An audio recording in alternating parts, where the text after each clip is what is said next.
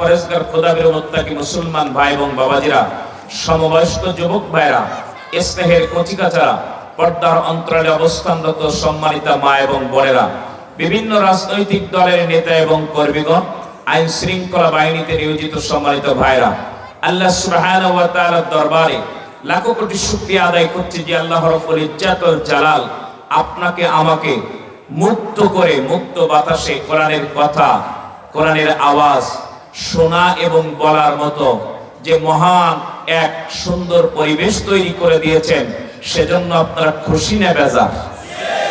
বেশি না কম? পা থেকে মাথা পর্যন্ত যত শক্তি আছে সকল শক্তির মালিককে। কেন নরেন্দ্র মোদী না, শেখ হাসিনা?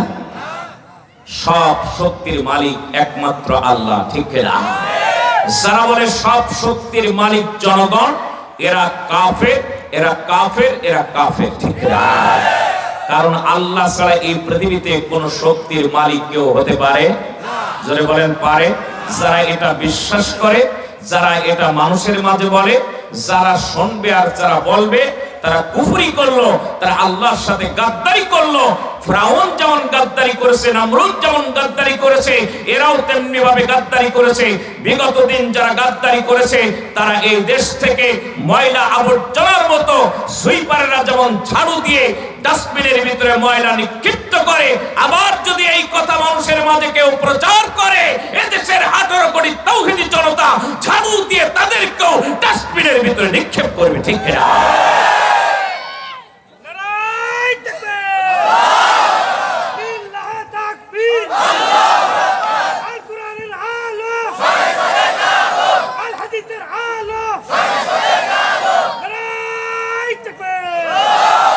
আমার মুসলমান ভাইরা, তাহলে সকল শক্তির উৎসকে সেই আল্লাহ রাব্বুল আলামিন।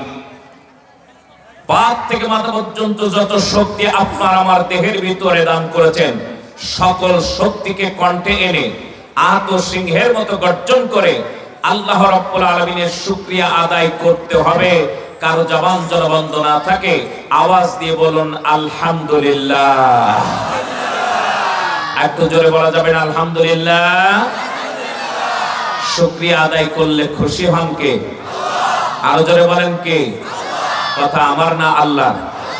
আল্লাহ রাব্বুল আলামিন ডাক দিয়ে বলেন, লা ইন শাকারতুম লা আযীদান্নাকুম ওয়া লা ইন কাফারতুম ইন্না আযাবি লাশাদীদ।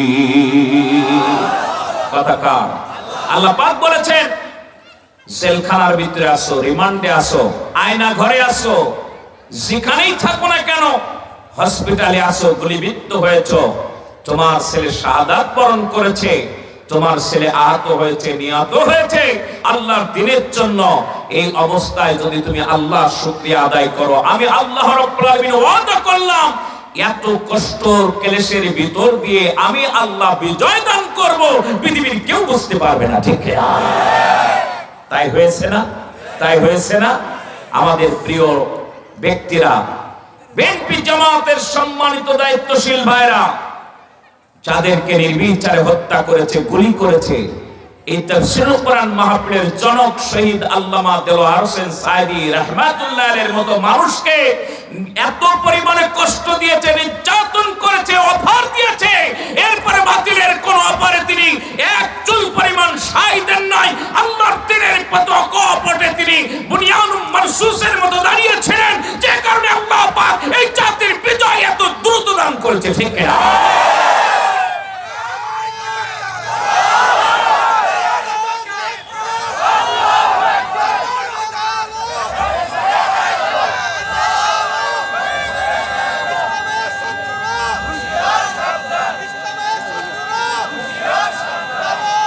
প্রিয় ভাইরা, অতএব আগামী পার্লামেন্ট হবে কোরআনের পার্লামেন্ট। সারা বাংলাদেশ সফর করে যেটা বুঝতে পারছি, ইনশাআল্লাহ আগামীর পার্লামেন্ট কোরআনের পার্লামেন্ট হবে, এতে কোনো সন্দেহ নাই। কারণ সে যুগে, যে জামানায় যুবকেরা এবং বাড়ির মা বোনেরা আল্লাহর কোরআনের জন্য, যুবকেরা এবং মা বোনেরা যখন আল্লাহর কোরআনের জন্য ময়দানে ঝাঁপিয়ে পড়ে আল্লাহ রাব্বুল আলামিনের কোরআন তখন আল্লাহ পাক বিজয় দান করে দেয়, ঠিক কিনা? কারণ আমরা বুড়োগুলো সব ফেল ডিভিশন, কিন্তু যুবকরাই বিজয় লাভ করেছে, ঠিক কিনা? সব জায়গায় যুবক, ডাকসু জাকসু রকসু জকসু সব জায়গায় যুবকদের বিজয় হয়েছে ইনশাআল্লাহ। আল্লাহ রাব্বুল আলামিনের জমিনে, বাংলাদেশের জমিনে মমতাজের মতো বেশ্যাদের যখন দাফন হয়ে গিয়েছে, আল্লাহর কোরআন দিয়ে ওই পার্লামেন্ট থেকে আবার আওয়াজ তুলে মমতাজদের ওই গানকে পরিষ্কার করে কোরআনের আওয়াজ গোটা ঘরে ঘরে বন্ধ হবে, এতে কোনো সন্দেহ নাই, ঠিক কিনা? অতএব শুকরিয়া আদায় করতে হবে কার? ঘরের মধ্যে চিত্রে শুয়ে থেকে শুকরিয়া নাকি?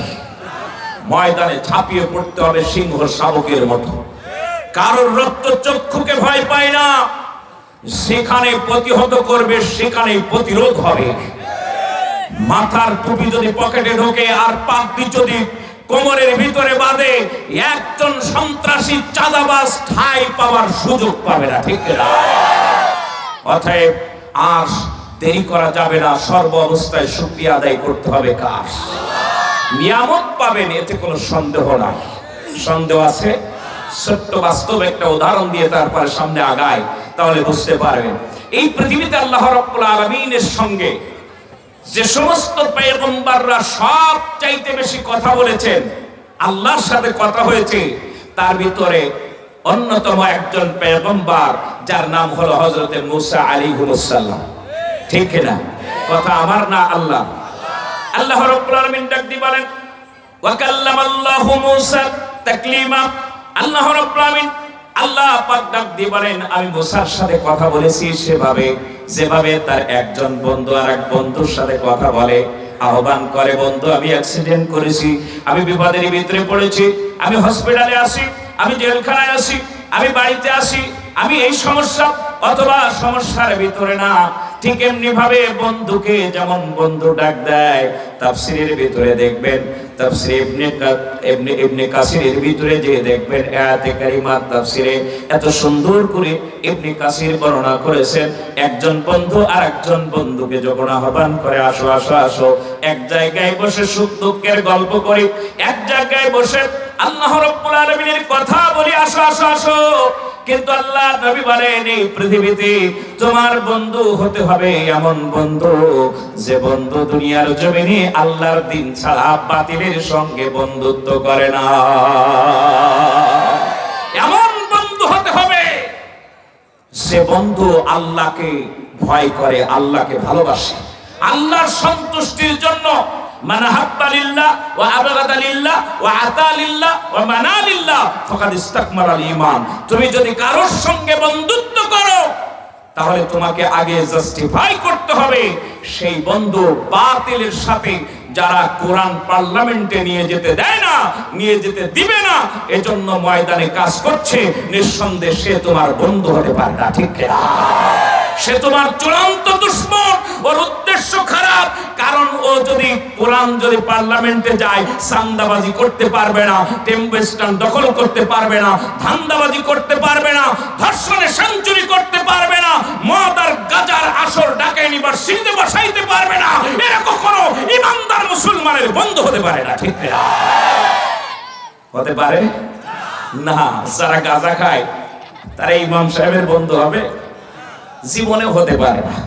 আমার মুসলমান ভাই, এর জন্য আল্লাহ রাসূল বলেছেন এই পৃথিবীতে তুমি যদি কারোর সাথে বন্ধুত্ব করো, মান হাব্বা লিল্লাহ, আল্লাহর সন্তুষ্টির জন্য, আল্লাহর খুশির জন্য তোমাকে বন্ধুত্ব স্থাপন করতে হবে, ঠিক না? এই পৃথিবীতে তুমি কারোর সঙ্গে বন্ধুত্ব করবা, সেই বন্ধু যেন কোরআনের আইন শাসনগুলো মানে, কোরআন অনুযায়ী চলে, নিজে চলে, তার পরিবারকে চালানোর জন্য চেষ্টা করে, রাষ্ট্রকে চালানোর জন্য চেষ্টা করে। কারণ এই পৃথিবীতে একজন নবী পাবেন না যারা আল্লাহর কোরআনের বিরোধিতা করেছে, ঠিক কিনা? মারা যাওয়ার পর বিসমিল্লাহি ওয়া আলা মিল্লাতি রাসূলিল্লাহ, রাসূলের দলের পরে রাখবা, অথচ সেই রাসূলের দলকে তুমি পছন্দ করো না, নবীকে পছন্দ করো না, নবীর কথা পছন্দ করো না। আল্লাহর কোরআনের কথাগুলো সব কথা আল্লাহ নবীর মাধ্যমে আমাদের কাছে শুনিয়েছে, ঠিক কিনা? পক্ষে আসলে মানি, আর বিরুদ্ধে গেলে তখন কোরআন মানি না। নিজের বিরুদ্ধে গেলে তখন বিরোধিতা করি, নেতার বিরুদ্ধে গেলে বিরোধিতা করি। এরা হলো দুনিয়ার জমিনে পাক্কা মুনাফিক, তারা কখনো আল্লাহর বন্ধু হতে পারে না, ঠিক কিনা? হযরত মুসা আলাইহিস সালামের সাথে আল্লাহ পাকের অনেক কথা হয়েছে। আল্লাহ রাব্বুল আলামিন বলেছেন, আমি মুসার সাথে কথা বলেছি, বন্ধু যেমন কথা বলে ঠিক তেমনি ভাবে কথা বলেছি।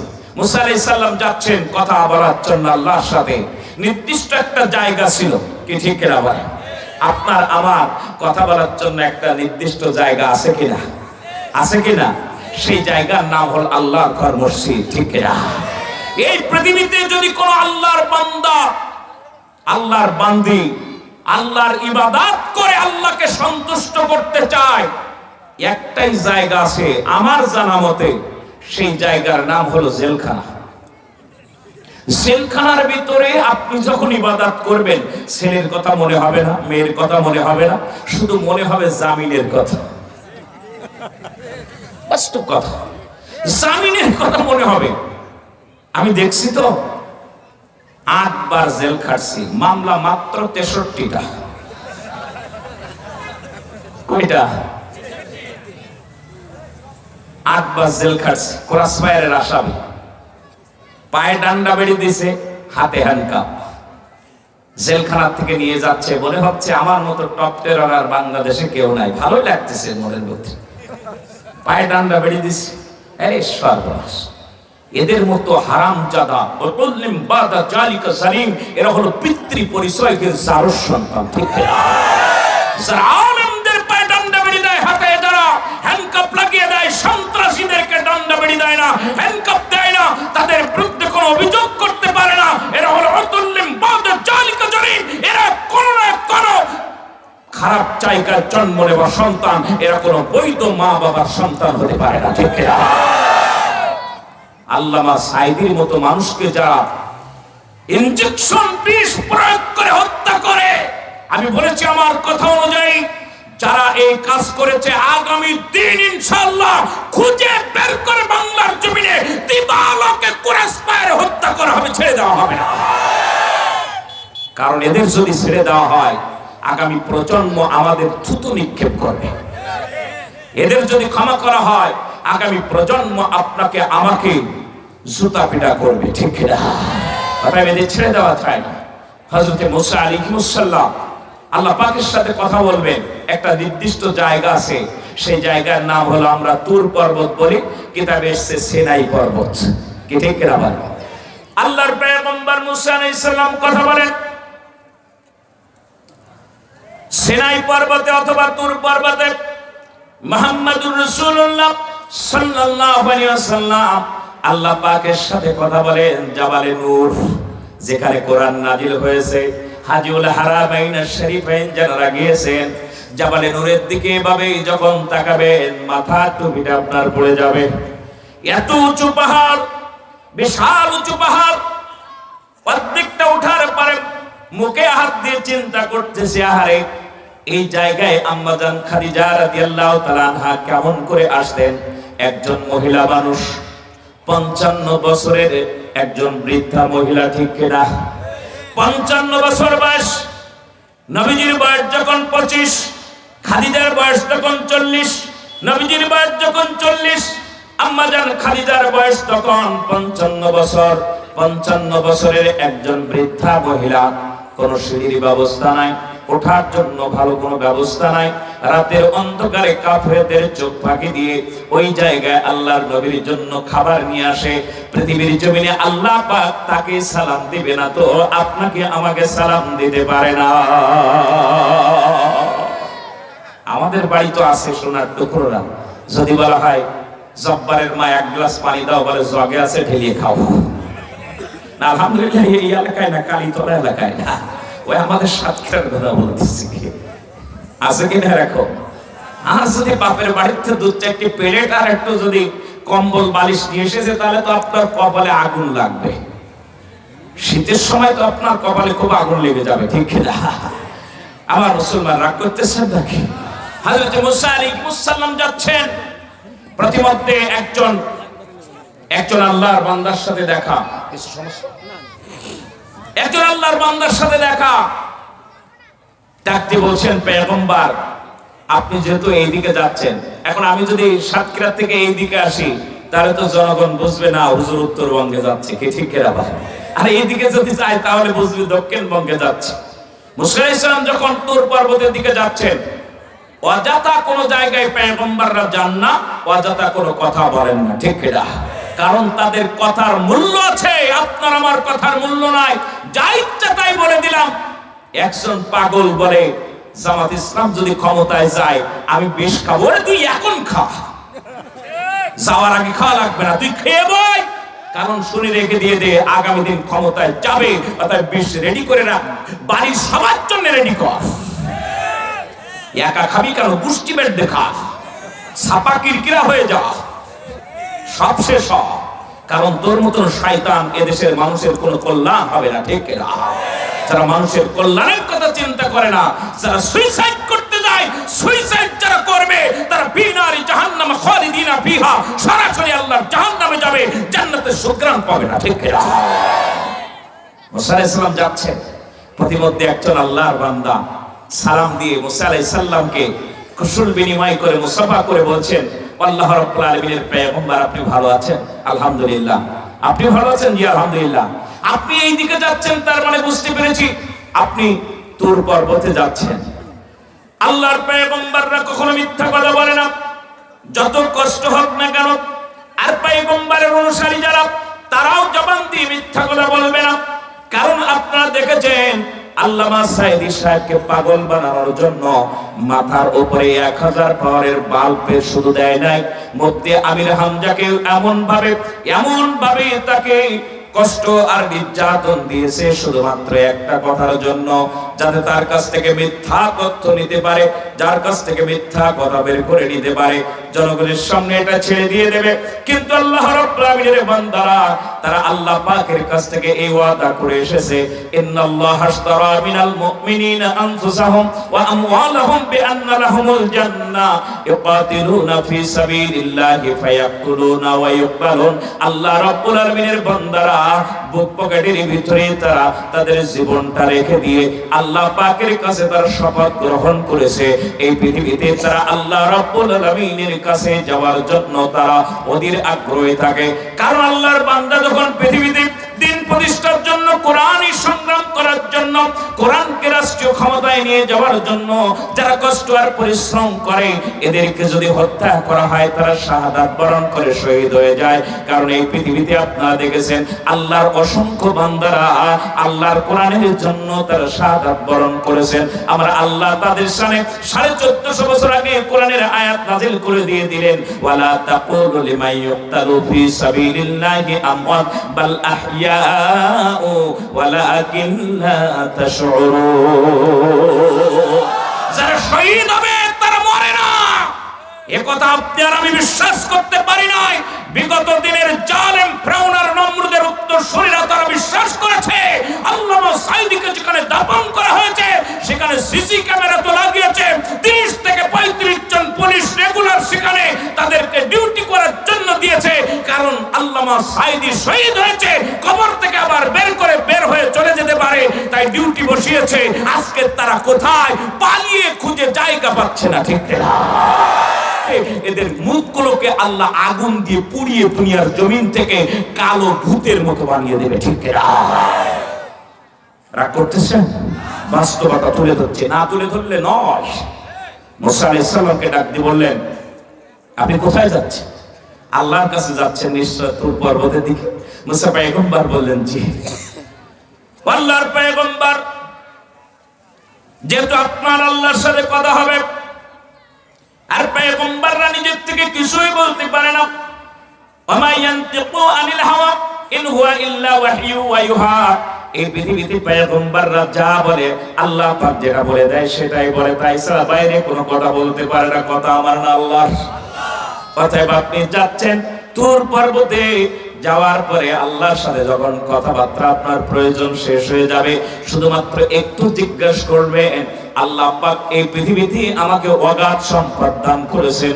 এই সম্পদ আল্লাহ রাব্বুল আলামিন আমি কি আমল করলে এই সম্পদ আমার কমে যাবে, আমার সম্পদ কমে আসবে, এই জন্য আল্লাহর দরবারে একটু আমার ব্যাপারে জিজ্ঞেস করবেন। আমার সম্পদ অনেক বেড়ে গেছে, আর বিগত দিনে হারামখোরেরা আপনার আমার বাড়িতে যদি একটা ছাগল বিক্রি হয়েছে, কিছু এজেন্ট ছিল গ্রামে গ্রামে, ওরা যে সাথে সাথে থানা আর বাড়িতে জানিয়ে দেয়, দেওয়ার সাথে সাথে রাতের বেলায় এসে বলে তুমি গরু বিক্রি করেছো, আলু বিক্রি করেছো, ধান বিক্রি করেছো, জমি বিক্রি করেছো, ছাগল বিক্রি করেছো, দে টাকা দে, নাইলে কিন্তু তোরে এখন মামলা দিয়ে দেব, তোরে এখন জেলখানায় নিয়ে যাব। আমি বলেছি এই হারামখোরদের তালিকা করবেন এমন ভাবে এদের ধরা হবে আর আম গাছে ঝুলিয়ে ছাগলের মতো শুলে চামড়া নিচে নামানো হবে, ঠিক কিনা? একটাও ছেড়ে দিলে হবে না, এদেরকে আগে খুঁজতে হবে, এমন পিটান পিটাইতে হবে কিয়ামতের আগ পর্যন্ত যেন আর বাবার নাম মনে না আসে, ঠিক কিনা? এমন ভাবে চলতে হবে। মাঝে মাঝে আমি উদাহরণটা এভাবেই দিই, যেহেতু আমাদের সাতক্ষীরা হল সুন্দরবন এলাকা, সুন্দরবনে রয়্যাল বেঙ্গল টাইগার আছে কিনা? এরা তো আমাদের সাথে আর বন্ধুত্ব করবে না, হুজুর আর খেজুর মানবে না, মানবে না? পাইলে আনন্দ করবে যে হুজুর মানুষ পাইছি, বরকত হিসেবে খাইস।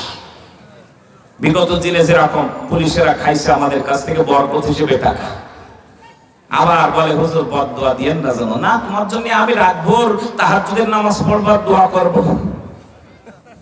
হারামজাদা যে কটা বানাইছো একটাও তো পেয়ারা বেকা এরকম ওরকম উর্দু নারায়ণ হয়ে গেছে, কি ঠিক কিনা বলে? হারাম খেয়ে ওইটাতে পুশ করেছো, একটাও তো মানুষ হয় নাই, সব জানোয়ার হয়েছে। আমার মুসলমান ভাই, আমার মুসলমান ভাই, কথা কিন্তু ভুলি নাই। হযরতে মুসা আলাইহিস সালামকে ডাক দিয়ে বলছেন, হুজুর আমার অনেক সম্পদ হয়ে গেছে, মনে আছে তো নাকি? বেশি রাত করতে পারবো না, 12টা শেষ করতে হবে। আল্লাহ রাব্বুল আলামিনের পয়গম্বরকে ডাক দিয়ে বলেন, অনেক সম্পদ হয়ে গিয়েছে, সম্পদ কিভাবে কমবে এজন্য আল্লাহর কাছে শুনবেন। আর দেশের হারামজাদারা গোটা ব্যাংকগুলোকে চেটে পুচে খেয়ে ফেলেছে, সমস্ত মানুষকে ফকির বানানোর জন্য চেষ্টা করেছে। বিদেশের মাটিতে 300-র মতো এক একজন বাড়ি করেছে, এত পরিমাণে এই দেশ থেকে টেনে নিয়েছে যাতে এই দেশটাকে ভিক্ষুকে পরিণত হয়ে যায়। এখন সব ভিক্ষুক এদেশ থেকে পালিয়ে গিয়েছে। আল্লাহ রাব্বুল আলামিনের পয়গম্বর ডাক দিয়ে বলেন, ইনশাআল্লাহ সর্বশেষ আল্লাহর সাথে কথা বলার একদম লাস্ট পর্যায়ে তোমার ব্যাপারে আল্লাহর সাথে কথা হবে, একচুল পরিমাণ দেরি হবে না। আরো কিছু দূর চলে গেল, যাওয়ার পরে দেখে একজন জীর্ণ শীর্ণ ব্যক্তি, গায়ের ভিতরে তেমন কোনো ভালো কাপড় নাই, শরীরের ভিতরে চামড়া আর হাড্ডি ছাড়া তেমন কোনো গোশত নাই, এমন একজন ব্যক্তি দাঁড়িয়ে আছে। বলে হুজুর দেখেন এটা আমার বাড়ি, ভাঙ্গাচোরা বাড়ি, এই বাড়িটা যদি বাতাস আসে তাহলে পড়ে যাবে, এত অভাব আমার এই পৃথিবীতে। অনেক মানুষের আল্লাহ অনেক অগাধ সম্পদ টাকা দান করেছেন, কিন্তু আল্লাহ রাব্বুল আলামিন আমাকে একটা কুড়ি ঘর দান করেছেন, ভালো কাপড় নাই। একটু আল্লাহ পাকের দরবারে বলবেন কি করলে আমার আল্লাহ আমারে একটু সম্পদ দান করবে। আল্লাহর পয়গম্বর মুসা আলাইহিস সালাম বললেন, ঠিক আছে ইনশাআল্লাহ আমি আল্লাহর কাছে বলবো। আর কিছু দূর চলে গেলেন, যাবার পরে দেখে একজন ব্যক্তি রাস্তার ভিতরে গড়াগড়ি দিচ্ছে, দুইটা হাত নাই, দুইটা পা নাই, এই ব্যক্তি গড়াগড়ি খাচ্ছে। মুসা পয়গম্বরকে দেখে সালাম দিয়ে বললেন, আল্লাহর পয়গম্বর একটু আমার শরীরের দিকে দেহের দিকে তাকান, দুইটা হাত নাই, দুইটা পা নাই, এই দুইটা হাত আর পা নাই, আমি নিজের খাবারটা খাইতে পারি না, নিজের ময়লাটা আমি ত্যাগ করতে পারি না। আল্লাহর পয়গম্বর আল্লাহ পাক কেন এই দুনিয়ার জমিনে আমারে বানালো, সৃষ্টি করলো? আমার তো কোনো প্রয়োজন ছিল না। আল্লাহ পাক তো বলে দিয়েছেন, লাকাদ খালাকনাল ইনসানা ফি আহসানি তাকবীর। আল্লাহ তো বলেছে, কিন্তু আমার তো হাতও নাই, পাও নাই, আমি উঠতেও পারি না, হাঁটতেও পারি না, চলতেও পারি না, খাইতেও পারি না, ময়লা ত্যাগ করতে পারি না, ময়লা পরিষ্কার করতে পারি না। কেন আল্লাহ আমার সৃষ্টি করলো? একটু আপনি আমার ব্যাপারে জিজ্ঞাসা করবেন। মুসা আলাইহিস সালাম বলেন, ইনশাআল্লাহ। চলে গেলেন আল্লাহর পয়গম্বর, সিনাই পর্বতে চলে গেলেন। যখন আল্লাহ রাব্বুল আলামিনের মুমিন ইমানদার বান্দারা আল্লাহর সাথে কথা বলে, তার আগে তারা পবিত্রতা অর্জন করে 2 রাকাত নামাজ আদায় করে, ঠিক কিনা? কথা কার? ফাযকুরুনি আযকুরুকুম ওয়াশকুরুলি ওয়ালা তাকফুরুন ইয়া আইয়ুহাল্লাযীনা আমানুস্তাঈনু বিস-সাবরি ওয়াস-সালাহ ইন্নাল্লাহা মা'আস-সাবিরিন। নামাজের ভিতরে যে কি মজা দেখেছি চোখে চোখে। জেলখানার ভিতরে রাতের বেলা শুধু কান্নার আওয়াজ আর আওয়াজ। কোরআনুল কারীম যেগুলো জেলখানার ভিতরে আছে এগুলো যে কত লোকের নাকের পোটা আর চোখের পানি হতে পড়ে আছে আমি হিসাব করে বলতে পারবো না। কারণ যখনই তেলাওয়াত করে চোখ দিয়ে পানি পড়ে, নাক দিয়ে ময়লা পড়ে, তাতে তো মুছে ফেলে, এইভাবে পড়তেই থাকে। নামাজি যখন দাঁড়িয়ে যায় তেলাওয়াত করছে চোখ দিয়ে পানি পড়ছে, রুকুতে গিয়েছে পানি পড়ে, সেজদায় গিয়েছে চোখ দিয়ে গড়গড় করে পানি পড়ে, দোয়া মোনাজাত যখন করে শুধু পানি পড়তেই থাকে, হাত ভিজে যায়। আল্লাহ পাকের বান্দা আল্লাহর কাছে শুধু চাইতে থাকে আর আল্লাহ রাব্বুল আলামিনের কাছে সেজদা দিতে থাকে, চিৎকার দিয়ে সুবহানাল্লাহ। আমার মুসলমান ভাইরা, হযরত মুসা আলাইহিস সালাম সিজদায় পড়ে গেলেন আল্লাহর দরবারে। সিজদায় পড়ার পরে আল্লাহ পাককে ডাক দিয়ে বলেন, রব্বুল আলামিন এই জমিনের ভিতরে তুমি আমারে পয়গম্বর বানিয়েছো, এই আল্লাহ তাআলা তুমি আমাকে নবী বানিয়েছো, জাতির রাহবার বানিয়েছো, জাতির পথ প্রদর্শক বানিয়েছো। আল্লাহ আমার উম্মতের জন্য এটা প্রয়োজন, ওটা প্রয়োজন, এটা প্রয়োজন, সেটা প্রয়োজন। কারণ মুসা আলাইহিস সালাম আল্লাহর সাথে কথা বলতে এত বেশি ভালোবাসতেন, সময় যাতে বেশি কথা বলা যায় এই জন্য বিভিন্ন ফন্দি ফিকির করে কথা বলে, ঠিক কিনা? আর একটু ডিপলি বলবো বেয়াদবি মাফ করেন না।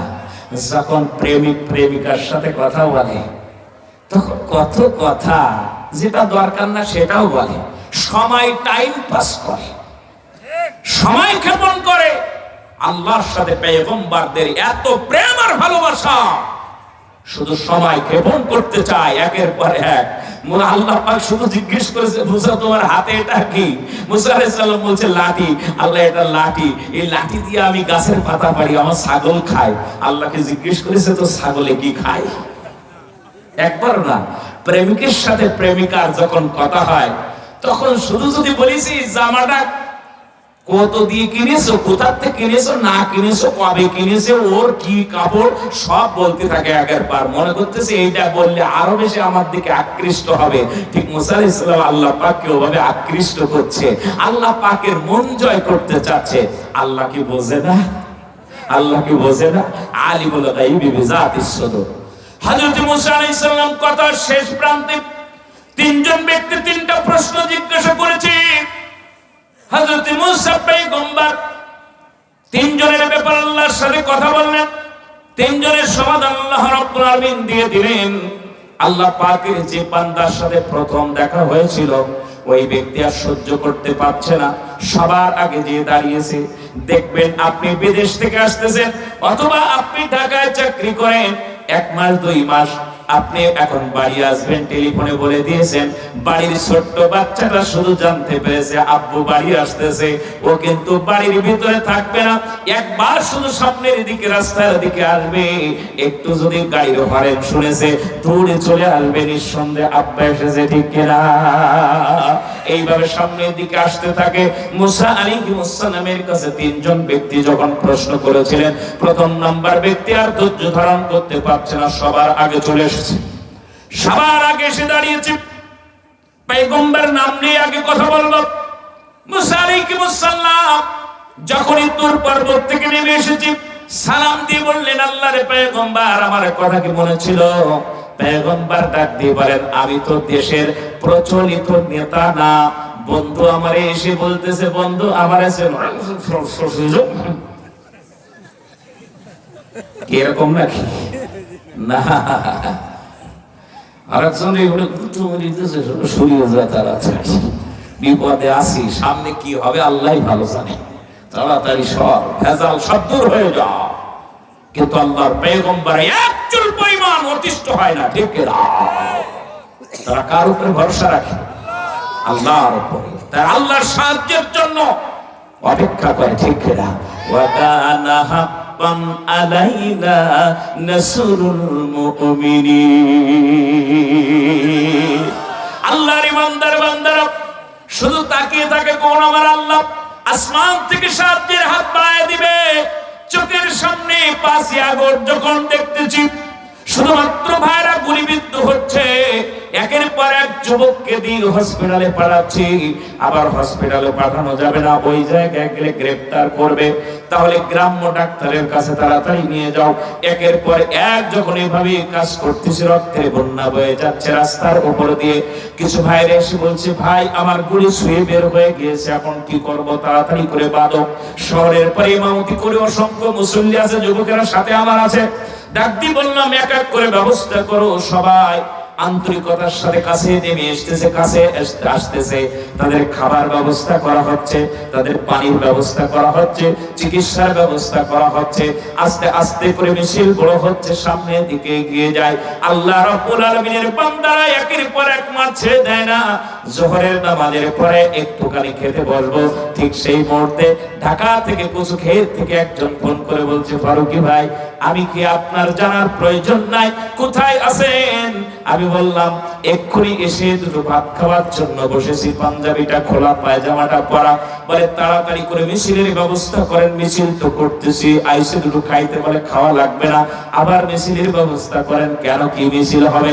বলে এখন হবে বিজয় মিছিল। আমি বললাম বিশ্বাস করতে পারছি না। ওরে তাড়াতাড়ি যা, হারামজাদিটা পার হয়ে যাচ্ছে, তাড়াতাড়ি যা।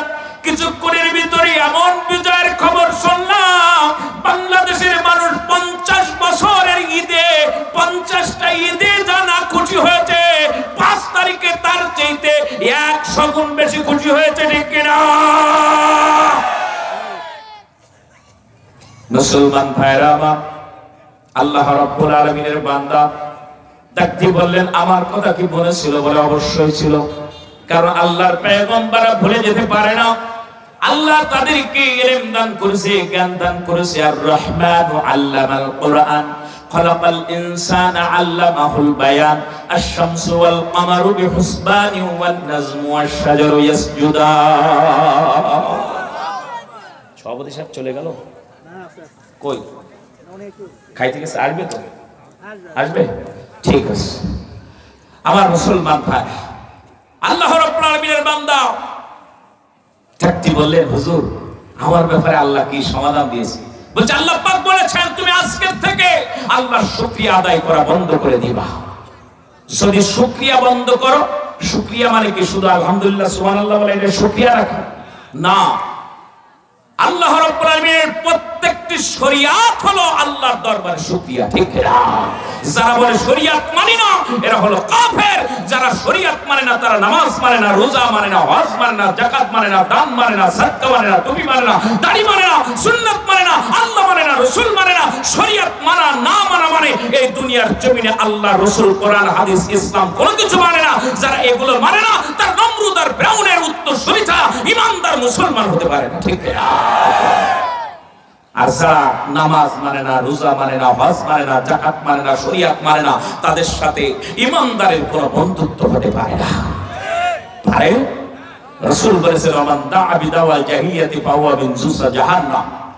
যারা এই দুনিয়ার জমিনে শরিয়াত মানে না, যারা আল্লাহর কোরআন দিয়ে রাষ্ট্র সমাজ পরিচালিত হোক এটা চায় না, মানুষের তৈরি করা মতবাদ প্রতিষ্ঠিত এটা কার্যকর করার জন্য মানুষদেরকে একত্রিত করে আহ্বান করে তাদেরকে তাদের দিকে আপনার ম্যান্ডেট দিয়ে, তাদের দিকে সাপোর্ট দিয়ে রাষ্ট্র পরিচালনার দায়িত্বের জন্য তাদের দিকে আহ্বান করে। আল্লাহর নবী বলেছেন এরা হলো ফাহুয়া মিন জুসা জাহান্নাম। জাহান্নামের আগুন উৎপাদন করার জন্য যে লাকড়ি ব্যবহার করা হয় সেটাই। আর আল্লাহ বলেছে ওয়াকুদুহান নাস ওয়াল হিজরা উইদ্দাতুল লিল কাফিরিন। কাফেরদেরকে আর পাথর দিয়ে আল্লাহ জাহান্নামের আগুন দাও দাও করে প্রজ্বলিত করবে। অর্থাৎ যারা এই কথা বলে তাদের সাথে ঈমানদারের কোন সম্পর্ক থাকতে পারে না, ঠিক না? ওয়া ইন সামা, রাসূল বললেন, সাহাবীরা বলে ইয়া রাসূলুল্লাহ ওয়া ইন সামা, তারা যদি রোজা রাখে, আল্লাহ নবী বলেন তারপরে জাহান্নাম। ওয়া সাম ওয়া সাল্লা, তারা যদি নামাজ পড়ে তারপরে জাহান্নাম। ওয়া সামা আন্নাহু মুসলিম, তারা যদি নিজেদেরকে মুসলমান বলে দাবি করে, আল্লাহ নবী বলেন তারপরে তারা জাহান্নাম। কারণ এরা মুখে মুখে এগুলো বলে, অন্তরে বিশ্বাস করে না, ঠিক না? অন্তরের ভালোবাসা দাদাদের জন্য, আর এদেশের মানুষকে শুধু ভূগোল বোঝায় খাবার জন্য, ঠিক না? আমার মুসলমান সাল্লাম বললেন, আল্লাহ রাব্বুল আলামিনের জমিনে তুমি আল্লাহর শুকরিয়া আদায় করা আজকে থেকে যদি বন্ধ করে দাও, তাহলে আল্লাহ তোমার সম্পদ কমিয়ে দেবে। আল্লাহর বান্দা বললেন, শুনে রেখে দিয়ে দেন, জীবন শেষ হয়ে যাবে, এই পৃথিবীর জীবন থেকে সব শেষ হয়ে যাবে, কিন্তু আল্লাহ রাব্বুল আলামিনের শুকরিয়া আদায় করা বন্ধ করা যাবে না। জীবন শেষ হয়ে যাবে, বিলালের মতো জীবন দিয়ে দেব, কিন্তু এই দুনিয়ার জমিনে আল্লাহর শুকরিয়া আদায় বন্ধ করা মানে আমি আল্লাহর হুকুম আহকাম থেকে, শরিয়াত থেকে দূরে চলে গেলাম। ঠিক না? যারা এই কথা বিশ্বাস করে তারাই হলো প্রকৃত ঈমানদার। ঠিক না? যারা এটা বিশ্বাস করে না তারা ঈমানদার হতে পারে না। বাস্তব দেখেন, এই পৃথিবীতে রাসূল সাল্লাল্লাহু আলাইহি সাল্লামের একজন সাহাবী ছিল, যার ব্যাপারে খুব বেশি বর্ণনা আসে নাই, কিন্তু গতদিন তার জীবন জিন্দেগিটা যখন দেখছিলাম, চোখ দিয়ে ঝরঝর করে পানি পড়তেছে। আহারে, এই পৃথিবীতে এমন মানুষ আছে। এই সাহাবীর 4টা কোয়ালিটি ছিল। জোরে বলেন, কয়টা কোয়ালিটি? আর একটু জোরে বলেন। 4টা। প্রথম নাম্বার কোয়ালিটি, এই সাহাবী এই পৃথিবীর জমিনে কোনো বংশ পরিচয় ছিল না, তিনি বংশ পরিচয় ছিলেন না। আর মক্কা মদিনায় এমন একটা অবস্থা ছিল, যদি বংশ পরিচয় না থাকতো তাহলে তাদেরকে বেশি হাইলাইট করা হতো না, এলাও করা হতো না, সমাজের ভিতরে তাদের গুরুত্ব দেওয়া হতো না। তারা গুরুত্বহীন, সরে যাও বন্ধু আমার ছিল, এতক্ষণ সব চলে যাও। তখন এই সম্পর্ক ছিল একদম এরকমই ছিল, চলে যাও, এখানে তোর কোনো দাম নাই, কারণ তোর বংশের কোনো পরিচয় নেই, তুই চৌধুরী না, তুই এই দেশের ভিতরে কোনো ভালো বংশের লোক না, এই জন্য তোর এই জায়গায় কোনো জায়গা নাই, এভাবে বের করে দেওয়া হতো।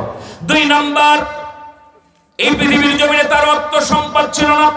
বংশ পরিচয় যদিও না থাকে, সম্পদ যদি থাকে, তাহলে মানুষ তাকে অনেকটা সম্মান করে, ইজ্জত দেয়, মানুষদেরকে সহযোগিতা করে, বিপদে আপদে সহযোগিতা করে, বিভিন্ন জায়গায় দান সদকা করে।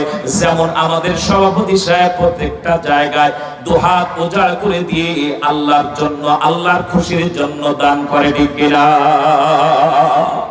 এমন কোন সম্পদ তার ভিতরে ছিল না, এমন কোন সম্পদ তার কাছে ছিল না যে সম্পদটা সে দান করে দিয়ে দেবে। এজন্য দুনিয়ার জমিনে তাকে কেউ ভালোবাসতো না, আল্লাহর নবীর কাছ পর্যন্ত তাকে আসতে দিত না, আল্লাহর নবী রাসূলের কাছ পর্যন্ত তাকে আসতে দিত না। এমনি করে তারা আস্তে করে ওই জায়গা থেকে বের করে দিত। বিশ্ব নবীর কাছে যদি আসতো, আস্তে করে তারা বের করে দিত। 3 নাম্বার, তার একটা আল্লাহ রাব্বুল আলামিনের মেহেরবানিতে আরেকটা, তার একটা ছিল, তার একটা সুন্দর বৈশিষ্ট্য ছিল, এই দুনিয়ার জমিনে সে ছিল একদম খাটো বেটি মানুষ। আছে কিনা এরকম? আছে কিনা? বেটে মানুষ ছিল। 4 নাম্বার গুণ ছিল, তার চোখগুলো এরকম মোটা মোটা ছিল, আর চেহারাটা এরকম এমন খারাপ ছিল, কালো কুচকুচে। যদি কোন রাতের বেলা কোন মায়ের সন্তান ঘুমাইতে না চাইতো, রাতের বেলা দুষ্টামি করতো, ঘুমাইতে চায় না, ঠিক ওই সময় ওই মা ডাকতো, ওই সাহাবীর নাম ধরে বলতো, ওই সাহাবীকে ডাকবো নাকি, ঘরের ভিতরে এনে বসায় রাখবো, আর কিন্তু তুই ঘুম না পড়া পর্যন্ত এখান থেকে তার যাইতে দেব না। এত ভয়ঙ্কর চেহারা ছিল এই সাহাবীর। 4টা গুণ ছিল। 1 নাম্বার, তার কোনো বংশ পরিচয় ছিল না। 2 নাম্বার, সে ছিল প্রচন্ড অভাবী, কোনো সম্পদ ছিল না তার। 3 নাম্বারে ছিল পেটে, একদম খাটো মানুষ। 4 নাম্বার, এত কালো আর বিমর্ষ চেহারা, পৃথিবীর পুরুষ মানুষ পর্যন্ত তার দিকে তাকাইতো না। কয়েকজন মদিনার মানুষ বলেছে, তুই আমার বাড়ির সামনে দিয়ে রাস্তা দিয়ে যাবি না। তাহলে বুঝেন তাহলে তার চেহারাটা কেমন। আমার বাড়ির সামনে দিয়ে যাবি না, খবরদার, আমার বাড়ির বাচ্চারা তোরে দেখলে ভয় পায়, যাবি না। গরিব ঘরের সন্তান, মদিনা থেকে একদম বর্ডার অঞ্চলে বাড়ি, দূরে বাড়ি, আবার মদিনার ভিতরে তার বাড়ি না। যে কারণে এই সাহাবী ভয়ের ভিতরে থাকতো। ছোট মানুষ, টাকা নাই, বংশ পরিচয় নেই, চেহারা অত্যন্ত খারাপ। এই পৃথিবীতে সব মানুষ যদি দূরে ঠেলে দিতে পারে, কিন্তু আমার আল্লাহ এবং তার রাসূল দূরে ঠেলে দিতে পারে না। ফাবিমা রাহমাতিন মিনাল্লাহি লিনতা লাহুম ওয়ালাউ কুনতা ফাজ্জান গালিজাল কলবি লানফাদ্দু মিন হাওলিক ফাফু আনহুম ওয়াস্তাগফির লাহুম ওয়াশাইরুহুম ফিল আমর ফাইযা আসামতা ফাতাওয়াক্কাল আলাল্লাহি ইন্নাল্লাহা ইউহিব্বুল মুতাওয়াক্কিলিন। আল্লাহ রাব্বুল আলামিন ডাক দিবেন, এই পৃথিবীর জমিনে আমার রাসূলের হৃদয়টাকে আমি আল্লাহ এত নরম করে দিয়ে দিলাম, এই নরম হৃদয়ের মানুষটার সংস্পর্শে যদি পাথরের মতো শক্ত হৃদয়ের কোনো মানুষ এসে হাজির হয়ে যায়, আল্লাহ রাব্বুল আলামিন তার হৃদয়টাকে মোমের মতো নরম বানাইয়া দেয়, মোমের মতো নরম বানিয়ে দেবে। হযরত ওমরের মতো এত টপ টেরর সেই জামানায় একজনও ছিল না, ঠিক না? ওপেন একজন ব্যক্তি রাসূলকে ওপেন হত্যা করতে গিয়েছে, তার নাম হলো হযরত ওমর, কি ঠিক না বলে?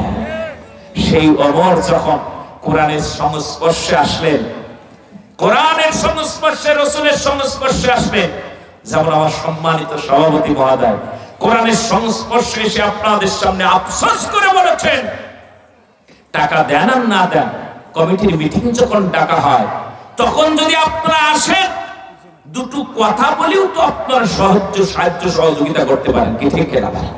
দুটো মানুষের চেহারা দেখলেও তো ভালো লাগে, কিন্তু তাও আসবেন না, টাকাও দিবেন না। এই মাদ্রাসা চলবে কিভাবে, কি ঠিক না?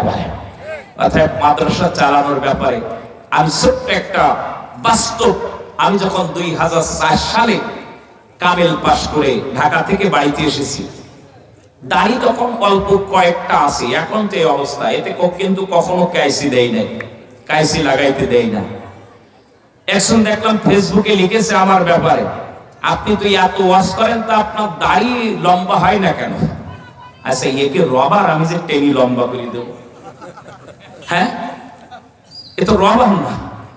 আমার মনে মনে বলতেছিল, ওরে আমি দাওয়াত দেই যে ভাই তুই আমার বাড়ি আয়, আর আমি যে জায়গায় সেলুনে চুল কাটাই, আমি জীবনে শেভ কখনো সেলুনে হয় না, যেটুকু নিজে ব্লেড দিই এইটুকু শুধুমাত্র এ করে, আর কোনো কিছু না, কোনো কিছু না। তাহলে ওই লোকটার কাছে তোর নিয়ে যাবো, জীবনে আমার এতে কাইসি ঠেকাইছে কিনা মনের হইলেও আমি ওর কাছ থেকে একটু তো শোনাবো। কামেল যখন পরীক্ষা দিচ্ছে, হুজুর আমার মুখ এই জায়গায় এরকম করে হাত দিতেছে, আমি বললাম হুজুর লাইন ভালো আছে, সমস্যা নাই, আপনি মনে করতেছেন আমি ক্লিন শেভ হয়ে আছি, আমার এখনো সে পর্যায়ে যাই নাই। তো যখন 4 সালে কামেল পাস করে আসলাম, আসার পরে ওই সালে এলাকার সর্ববৃহৎ মসজিদের 3টা ইউনিয়নের মোহনায় সর্ববৃহৎ মসজিদ, কমপক্ষে ওক্তিও নামাজে 7 থেকে 800 মুসল্লি হয়, 7 থেকে 800 মুসল্লি, এখন আরো বেশি হয়, এখন 2 তলা করা হয়েছে আলহামদুলিল্লাহ। আমি ক্রসফায়ারে যখন আসামি তখন পালিয়ে গেলাম, 9 বছর ইমামতি করার পরে তখন ওরা আবার ইমাম নিয়ে নিল, সেই থেকে আর ওখানে নাই, শহরে নামাজ পড়ে খালি জুমা। তো ওই মসজিদে যখন আমি ইমামতি করি, তখন ওই মসজিদের যিনি সভাপতি ছিলেন উনি আমাকে ডাক দিয়ে আমাকে ইমামতির জায়গায় দাঁড় করে দিয়েছিলেন। তাই আমি বললাম, চাচা আমার কিন্তু দাড়ি নাই, অনেকে এইসব মানে হাত টাত দেয়, তো বলছে ওর কোনো সমস্যা নেই, আমি ঠিক করে নেবো, আমি বুঝিয়ে নেবো। আল্লাহ, বাজারে তো অনেক মানুষ অনেক কথা বলে, উনি আমাকে মসজিদে বসে একটা কথা বলছিলেন, বলছে এই মসজিদের যিনি প্রতিষ্ঠাতা ইন্তেকাল করার 2 থেকে 3 মাস আগে সেই ব্যক্তি নামাজ কালাম পড়তো না, মসজিদের যে সভাপতি আগে নামাজ কালাম পড়তো না। বলছে আমার একদিন ডেকেছে একজন লোক দিয়ে, বলছে শেখ সাহেবরে একটু ডেকে নিয়ে আসো। তো আমি গেলাম, তা বলছে শাম তোমার পকেটে টাকা আছে? তা বলছে কেন? তা বলছে থাকলে একটু দাও দে। তা বলছে ওই যে 1 টাকা অথবা 2 টাকার একটা কয়েল ছিল তাৎক্ষণিক ভাবে, তো ওইটা দিলাম। দিলে বলছে এইটা তোমার কাছ থেকে নিলাম কেন তুমি জানো? বলছে না জানি না। বলি এই মসজিদে আমি একদিন থাকবো না, এই তোমার শরীক করে নিলাম, তার মানে এই মসজিদ তোমার ঘাড়ের পর চাপাই দিলাম, এরপর থেকে তুমি এই মসজিদের দায়িত্ব পালন করবা। তো উনি ওই কথাটা আমাকে বলতেন। আমার মুসলমান ভাইরা, আমরা বিশ্বাস করি এই হাফিজিয়া মাদ্রাসা আমরা পারবো না, কিন্তু আমার সম্মানিত সভাপতি সাহেবের হাত দিয়ে আমরা সবাই ওনার ঘাড়ের উপরে চাপিয়ে দিয়েছি, কে ঠিক খেলা বলে। এই প্রতিষ্ঠান পরিচালনা করার জন্য আল্লাহ রাব্বুল আলামিন যাকে পছন্দ করেন তার ঘাড়ের উপরে, কাঁধের উপরে এই গুরু দায়িত্ব চাপিয়ে দেন, কে ঠিক খেলা বলে। পৃথিবীতে চলে যাব, কিছুই থাকবে না, খালি হাতে যেতে হবে, একদম ফুল খালি হাতে। কোটিপতিরও যে 3খানা কাপড়ের কাপড়, একজন সামান্য রিক্সাওয়ালারও সেই 3খানা কাপড়ের কাপড়, কি ঠিক না বলেন? এই জন্য আমি আমার সভাপতি মহোদয়ের কাছে আমি বিনীত আবদার করব, এই মাদ্রাসার সমুদায় দায় দায়িত্ব আপনার কাঁধের উপরে, কে করলো না করলো এই চিন্তা আপনি রানী ভাই তাকাবেন না। যারা থাকবে আলহামদুলিল্লাহ, না থাকলেও সুবহানাল্লাহ। আপনি সম্পূর্ণ দায় দায়িত্ব নিয়ে এই বছর কমপক্ষে যেহেতু আপনার সন্তান অসুস্থ, আমরা কলিজা থেকে দোয়া করব আল্লাহ রাব্বুল আলামিন যেন তাকে অতি দ্রুত সুস্থতার মতো নিয়ামত দান করে দেন। এই জন্য সবাইকে হাত সাথে নিয়ে আমরা যখন দোয়া করব তার আগে আপনি একটা ঘোষণা দিবেন, অন্য বছর তো দেন, এবছর একটু বেশি করে দিয়ে কমসে কম 2 লাখ টাকা আপনি দিয়ে দেবেন। কি ঠিক না ভাই? রাজি আছেন তো? কারা কারা আছেন একটু হাত তুলে দেখান তো। লিল্লাহি তাকবীর। আল্লাহ কবুল করুন বলনা আমি। দোয়া করতে হবে কলিজার থেকে, আল্লাহ যেন ওনার সন্তানকে পূর্ণ সুস্থতা দান করেন। কি ঠিক না ভাই? রাসূল বলেছেন সাদকাতু তারাদ্দুল বালা, সাদকা করলে আল্লাহ বালা মুসিবত দূর করে দিয়ে দেয়। বলুন সুবহানাল্লাহ। আমার মুসলমান ভাইরা, তার বাস্তব উদাহরণ দেখেন। হযরত দাউদ আলাইহিস সালামের সাথে মালাকুল মউতের খুব ভালো সম্পর্ক ছিল। কোন নবীর সাথে? দাউদ আলাইহিস সালামের সাথে। প্রায় দাউদ আলাইহিস সালামের তেলাওয়াত ছিল খুব সুমধুর। আজরাইল আলাইহিস সালাম আসতেন, আজরাইল আলাইহিস সালাম আসার সাথে সাথে দাউদ আলাইহিস সালাম জিজ্ঞেস করতেন, আপনি কি আমারে নিতে আসছেন না আমার সাথে দেখা করতে আসছেন? কারণ পুলিশ আসলে তো জনগণ বুঝে ফেলে, হয় নিতে আসছে নাইলে কিছু যাই একটা কিছু দেয়াই লাগবে ওরে। কি ঠিক না? যখনই আসতেন এই কথা জিজ্ঞেস করতেন।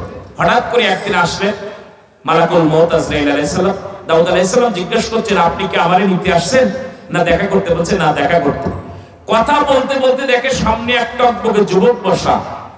দাউদ আলাইহিস সালাম সামনে বসা ওই যুবক, দাউদ আলাইহিস সালামের খুব ফ্যান ওই যুবক, সুন্দর চেহারা। মালাকুল মউত দেখে অবাক হয়ে গিয়েছে। কিছুক্ষণ পরে আলোচনা শেষ হয়ে গেল, ওই যুবক চলে গেল, দাউদ আলাইহিস সালামের কাছ থেকে চলে গেল। যখনই চলে যাচ্ছে, যাওয়ার পরে মালাকুল মউত বলছে যে এই যুবক এই জায়গায় কেন? বলছে ও তো আমার অত্যন্ত বন্ধু মানুষ, আমার ফ্যান, আমার সামনে এসে বসে সব সময়। বলছে সে তো বসে বসুক, কিন্তু ওর তো মৃত্যুর সময় ঘনিয়ে এসেছে। আমার যারা চেলাবেলা আছে তারা তো ওরে খুঁজতেছে, ওর তো একটু পরেই মৃত্যু হবে, ও তো এই জায়গায় থাকার কথা না। দাউদ আলাইহিস সালাম চিন্তার ভিতরে পড়ে গেলেন, যুবকের মৃত্যু হয়ে যাবে, যুবক মৃত্যু হয়ে যাবে এই কথা চিন্তা করতেছে। আমার একজন অত্যন্ত ভক্ত, আজকে তার মৃত্যু হয়ে যাবে, কিন্তু আল্লাহ রাব্বুল আলামিন যদি কারোর নেখায়াত বাড়িয়ে দেয়, পৃথিবীর কারোর ক্ষমতা নাই এই পৃথিবীতে তার জান কবজ করতে। ঠিক কিনা? 2 দিন পরে যুবক হযরত দাউদ আলাইহিস সালামের দপ্তরে আসলেন। দাউদ আলাইহিস সালামের সামনে এসে বসে আলোচনা শুনতেছেন। দাউদ আলাইহিস সালামের চোখ তো ছানা পড়া। মালাকুল মউত তো মিথ্যা কথা বলবে না, বলবে নাকি? না, মালাকুল মউত মিথ্যা কথা বলবে না। তাহলে এই যুবকের তো আরো 2 দিন আগে মৃত্যু হওয়ার কথা, সে তো জীবিত অবস্থায় আমার সামনে এসেছে। ওই দিনকেও মালাকুল মউত এসেছে। মালাকুল মউত আসার পরে দাউদ আলাইহিস সালাম জিজ্ঞেস করতেছে, তুমি কি আমারে নিতে আসছো নাকি আমার সাথে দেখা করতে এসেছো? বলে দেখা করতে এসেছি। বলে দেখা তো করতে এসেছো, কিন্তু সর্বনাশ তো একটা হয়ে গেছে। বলে কি? যে যুবকের মৃত্যু হবে 2 দিন আগে তুমি বলেছিল, সে তো এই যে সামনে বসে আছে। মালাকুল মউত দেখেও তো অবাক হয়ে গেছে, তো মৃত্যু হওয়ার কথা, কিন্তু জীবিত কেন?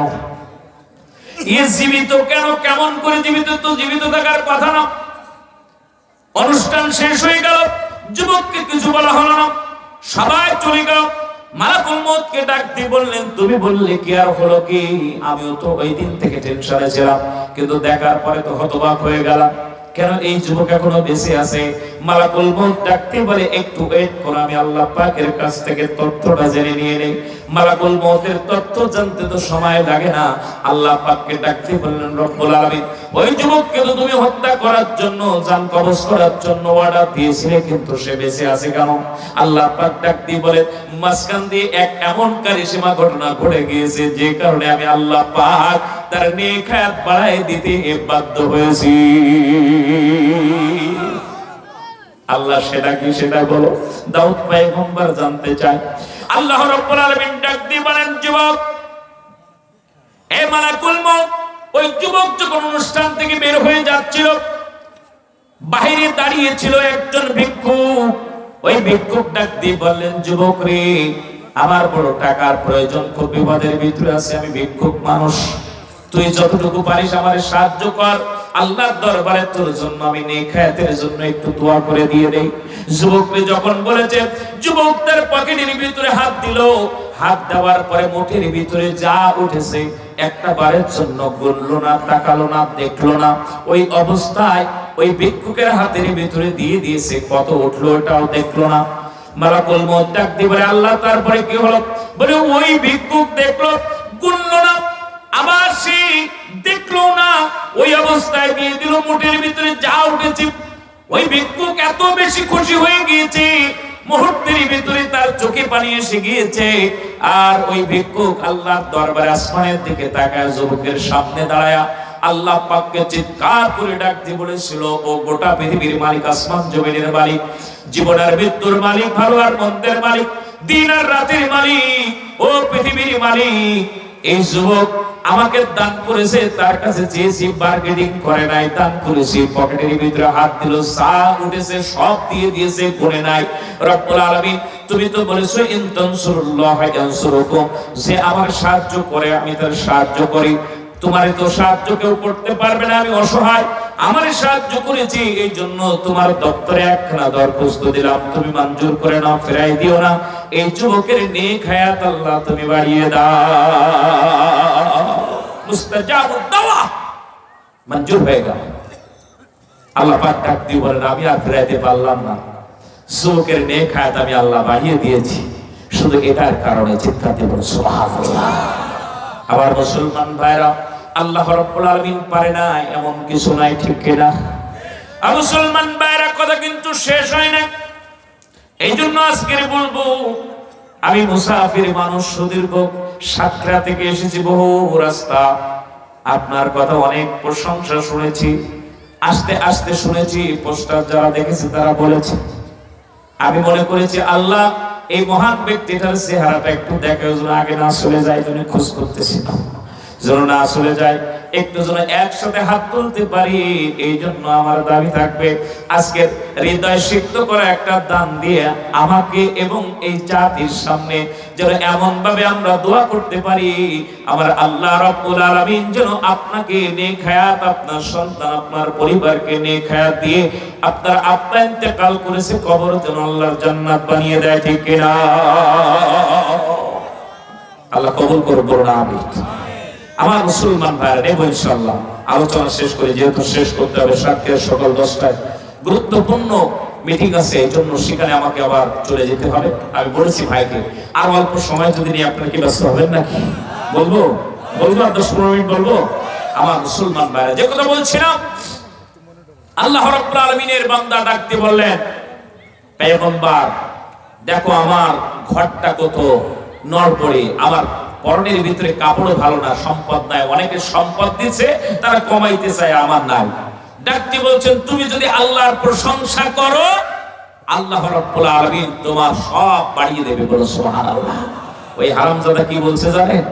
বলছে, আল্লাহ কি চোখে দেখতে পাচ্ছে না যে আমার কাপড় নেই, ঘর নেই, আমার প্রশংসা করা লাগবে কেন? আল্লাহর সাথে বিয়াদবি। একজন বাউল শিল্পী আল্লাহকে নিয়ে বাজে কটূক্তি মন্তব্য করার কারণে তাকে গ্রেফতার করেছে। এদেশের গাঁজাখোর, মদখোর, হারামখোর, জিনাখোর সব একসাথে লেগে গেছে তার পক্ষে।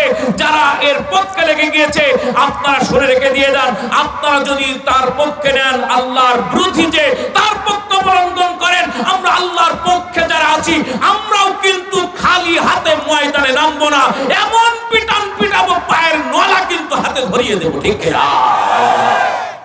আল্লাহর বিরুদ্ধে বলবে আর তোমরা তার পক্ষ নিবা, আর আমরা কি ললিপপ চেষ্টা রাখি? আমার মুসলমান ভাইরা, আল্লাহ রাব্বুল আলামিনের বান্দা এই কথা বলার সাথে সাথে আল্লাহ পাক এমন একটা ঝড় দিয়েছে, মুহূর্তের ভিতরে গোটা ঝড়ে বাড়ি ঘর, ওর পরনের কাপড় সব খুলে দিয়ে আল্লাহ তারে ল্যাংটা করে উলঙ্গ করে ছেড়ে দিয়েছে। আল্লামা সাঈদী বলেছিলেন, আল্লাহ আমারে যারা এত বড় ক্ষতি করলো, আজকের এই সিরাতুন নবী মাহফিল থেকে দোয়া করতেছি, তুমি তাদের ল্যাংটা করে দিয়ে দিবা। আল্লাহর দরবারে দোয়া মঞ্জুর হয়ে গিয়েছে। কাপড় নেবার সময় পাই নাই, ছায়া প্রেসার নেবার সময় পাই নাই, দুপুরে রান্না করে ভাত কপালে জোটে নাই, পালিয়ে যেতে বাধ্য হয়েছে হারাম করে না, ঠিক না? আমার মুসলমান 3 নাম্বার ব্যক্তি, যার হাত নাই, পা নাই, মনে আছে তো নাকি? বলবো না, থাকবে? আল্লাহ কবুল করবো না। বলছে, আল্লাহ আমারই কেন সৃষ্টি করেছে একটু জিজ্ঞেস করবেন। মুসা আলাইহিস সালাম যখন আসছে, আসার পরে সালাম দিয়ে মুস্কে হাসি বলছেন, হুজুর আমার কথা মনে ছিল? বলছে মনে থাকবে না কেন? বলছে না, অনেক মানুষের ভিড়ে আমাদের মতো অসহায় মানুষের কথা শুধু তারাই মনে রাখে যারা আল্লাহর কোরআনের পথের পথিক, ঠিক না? আর কেউ মনে রাখে না। তারপরও মনে করলাম ব্যস্ততার ভিতরে আপনার মনে আছে কিনা, তাই একটু জিজ্ঞেস করেছি। জুলাই আন্দোলনে যারা শহীদ হয়েছে প্রত্যেকের বাড়িতে গিয়েছে ইসলামী আন্দোলনের কর্মীরা, যারা আহত হয়েছে তাদেরকে টাকা দিয়েছে ইসলামী আন্দোলনের কর্মীরা, আগুনে পুড়ে গিয়েছে টাকা দিয়েছে ইসলামী আন্দোলনের কর্মীরা, যারা শহীদ হয়েছে তাদের বাড়িতে ঘর তৈরি করে দিয়েছে ইসলামী আন্দোলনের কর্মীরা। অন্য কেউ তাদের দেখতেও চায় না, তাদের সহযোগিতার হাত বাড়ায় নাই। এদেশের মানুষ তাদেরকে খুঁজতেছে। এদের দিয়ে এই দেশ আগামী দিন যদি শাসন হয় তাহলে এই দেশের প্রত্যেকটা মানুষ সুখে শান্তিতে থাকবে। এদের কাছে জান মাল ইজ্জত আবরু সব হেফাজত হয়ে থাকবে, ঠিক না? দেখেন নাই জগন্নাথ বিশ্ববিদ্যালয়ে যিনি প্রিন্সিপাল, কলেজের প্রিন্সিপাল, তিনি ওই মহিলা তার কলিগকে ডাক দিয়ে বলেছিলেন, ঢাকা ইউনিভার্সিটির ভিপি সাদিক কায়েম যখন তার পাশে এসে মেয়েরা ছবি তোলার জন্য আবদার করে, তখন সাদিক কায়েম তার হাতটা এভাবে বুকের সাথে বাঁধে কেন আপনি জানেন? তখন ওই শিক্ষক বলেছিলেন, প্রফেসর বলেছিলেন, না আমি তো জানি না। বলছে আমি একজন মহিলা, আমি জানি কেন সে বুকে হাত বাঁধে। আর মেয়েরা তার পাশে এসে দাঁড়ায়, বলে কারণ কি? বলছে একটা মেয়ে একজন পুরুষের সবচাইতে বেশি ভয় পায় তার দুইটা হাত, কারণ যা ক্ষতি করে এই দুইটা হাত দিয়ে। সাদিক কায়েম যখন বুকের ভিতরে হাত বাঁধে ওই মেয়েটা বুঝতে পারে এই যুবকের কাছে সাদিকের গায়ে আমার ইজ্জত আবরু আমার মান সম্মান সব হেফাজত থাকবে, সে আমার শরীরের ভিতরে এক চুল পরিমাণ টাচ করতে পারে না, ঠিক না? একজন নাস্তিক বুঝেছে।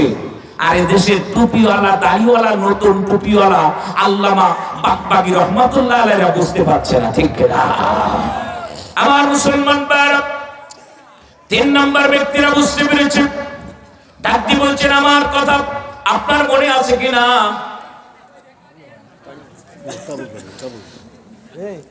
থাক, সমস্যা নেই, এটা তো কুয়াশা, এত খারাপ দোষ দিয়ে লাভ নেই, ঠিক না? আমার মুসলমান ভাইরা, 3 জন ব্যক্তি। 3য় নাম্বার ব্যক্তি ডাক দিয়ে বলেন, হুজুর আমার হাত নাই পা নাই, এই পৃথিবীতে আমি হাঁটতে পারি না, চলতে পারি না, কিছু করতে পারি না, উপকার করতে পারি না, ক্ষতি করতে পারি না। কেন আল্লাহ রাব্বুল আলামিন আমাদের সৃষ্টি করলেন? আপনি কি আল্লাহর কাছে জিজ্ঞাসা করেছেন? বলে হ্যাঁ জিজ্ঞাসা করেছি। কেন জিজ্ঞাসা করেছেন? বলে আল্লাহ রাব্বুল আলামিন এই পৃথিবীতে 8টা জান্নাত আর 7টা জাহান্নাম তৈরি করেছে, ঠিক কিনা? জাহান্নাম বেশি না জান্নাত বেশি? জান্নাত বেশি। তার মানে বোঝা গেল আল্লাহ রাব্বুল আলামিন আমাদেরকে জান্নাতি বানায় দিবে। আবার কাল সকালবেলা বলেন না যেন আমরা জান্নাতের টিকিট বিক্রি করতেছি। অপবাদ মানুষ দেয়, কিন্তু মিথ্যার তো একটা লিমিট থাকে। আমরা জান্নাতের টিকিট বিক্রি করি না, জান্নাতের রাস্তা বাতলে দেই, ঠিক না? আমরা কেন, আমাদের বাপরাও পারবে না টিকিট দিতে। আপনি ভালো কাজ করলে আল্লাহ জান্নাত দিবে, আপনি খারাপ কাজ করলে আল্লাহ জাহান্নাম দিবে। অর্থাৎ ভালো কাজে নিজেকে মনোনিবেশ করুন। এই পৃথিবীতে সময় বেশিক্ষণ না, ঠিক না? আমরা এসেছি কার কাছ থেকে? জোরে বলে, যাবো কার কাছে? মাঝখানে যে সময়টুকু কাজ করতে হবে কার জন্য? 3টা কথা যদি আপনার মাথার ভিতরে ধরে রাখতে পারেন, জীবনে আপনি কখনো কাউরে ক্ষতি করতে পারবেন না, অবৈধ পথে যেতে পারবেন না। এসেছি আল্লাহর কাছ থেকে, ফিরে যাব আল্লাহর কাছে। মাঝখানে সময়টুকু আমাকে কাজ করতে হবে আল্লাহর জন্য। একজন রিক্সাওয়ালা ভ্যানওয়ালা কত কষ্ট করে ভাড়া বহন করে, লিক হয়ে যায়, বাস্ট হয়ে যায়, খারাপ হয়ে যায়, এরপরও তার কাছ থেকে 10 টাকা নেন। আপনার লজ্জা করে না? গু খাইতে পারেন না ওর থেকে? এর চেয়ে ময়লা খাইতে পারেন না? একজন সুইপারের কাছ থেকে টাকা নেন, একজন সাধারণ মানুষের কাছ থেকে চান্দা নেন। এটা একজন মানুষের কোন আদর্শ হতে পারে না। বরঞ্চ আপনি 10 টাকা তাদেরকে বাড়িয়ে দেবেন। 5 টাকার ভাড়া গতদিন আমার এলাকার এক মুয়াজ্জিন সাহেব, মসজিদের মুয়াজ্জিন, দীর্ঘদিন যাবত ভ্যান চালায়, কিন্তু আমার সুযোগ হয় না ওরে একটু বেশি টাকা দেবো। 5 টাকা ভাড়া, 50 টাকার নোট দিয়ে আমি দৌড় দিছি বাসে ওঠার জন্য। বলছি হুজুর আরো টাকা নিয়ে যান, 45 টাকা ফেরোই। আমি বললাম রেখে দাও, রেখে দাও। বলেন মাত্র 45 টাকা বেশি দিয়েছি, কিয়ামত পর্যন্ত আপনার জন্য দোয়া করবে, ঠিক না? 2 টাকা 5 টাকা নিয়ে ভ্যানওয়ালার ঘুষি মারে, রিক্সাওয়ালার ঘুষি মারে, তরকারিওয়ালার সাথে এমনি করে মারামারি করে 1 টাকা 2 টাকার জন্য। আর আমাদের যে কোটি কোটি টাকা মালের সব নিয়ে গেছে, তাদের ব্যাপারে কথা বললে শরীরের ভিতরে জ্বালা যন্ত্রণা হয়, তখন খামছড়া শুরু হয়। ঠিক না? বদমাইশ। আমার মুসলমান ভাইরা ডাক দিয়ে বলেন, আল্লাহ পাক আমার হাত দেয় নাই, পা দেয় নাই, কেন এই পৃথিবীতে সৃষ্টি করলো? ডাক দিয়ে বলেন, আল্লাহ 8টা জান্নাত আর 7টা জাহান্নাম তৈরি করেছেন। ওই জাহান্নামের ভিতরে একটা ছিদ্র আছে, আল্লাহ পাক ছিদ্র করে রেখে দিয়েছে। ওই ছিদ্রটা বন্ধ করার জন্য আল্লাহ তোমার সৃষ্টি করেছে। যখন এই কথা বলেছে, হাত নাই পা নাই, ওই ব্যক্তি আল্লাহর দরবারে এমন জোরে চিৎকার দিয়ে শুকরিয়া আদায় করেছে, আলহামদুলিল্লাহ। যেন গোটা আকাশ বাতাস থরকম্প হওয়া শুরু করেছে, চতুর্দিকে যেন এমনি করে আওয়াজ বাড়ি খাওয়া শুরু করেছে। মাইকের যেমন আওয়াজ চতুর্দিকে দেওয়াল থাকার কারণে বাড়ি খাচ্ছে, ওই যুবকের আওয়াজ শুনে যেন চতুর্দিকে এরকম বাড়ি খাওয়া শুরু করেছে। মুসা আলাইহিস সালাম, হে বেটা, আলহামদুলিল্লাহ কি বুঝিয়ে বললি না না বুঝে বলেছিস? বলছে, হুজুর বুঝিয়ে বলেছি। কি বুঝেছিস? আমি কি জান্নাতের কথা বলেছি তোরে? বলে না। তো কিসের কথা বলেছি? বলে জাহান্নামের কথা। মুসা আলাইহিস সালাম অবাক। জাহান্নামের ছিদ্র বন্ধ করবে, জাহান্নামের ভিতরে কি হয় তুই জানিস? বলে হ্যাঁ জানি।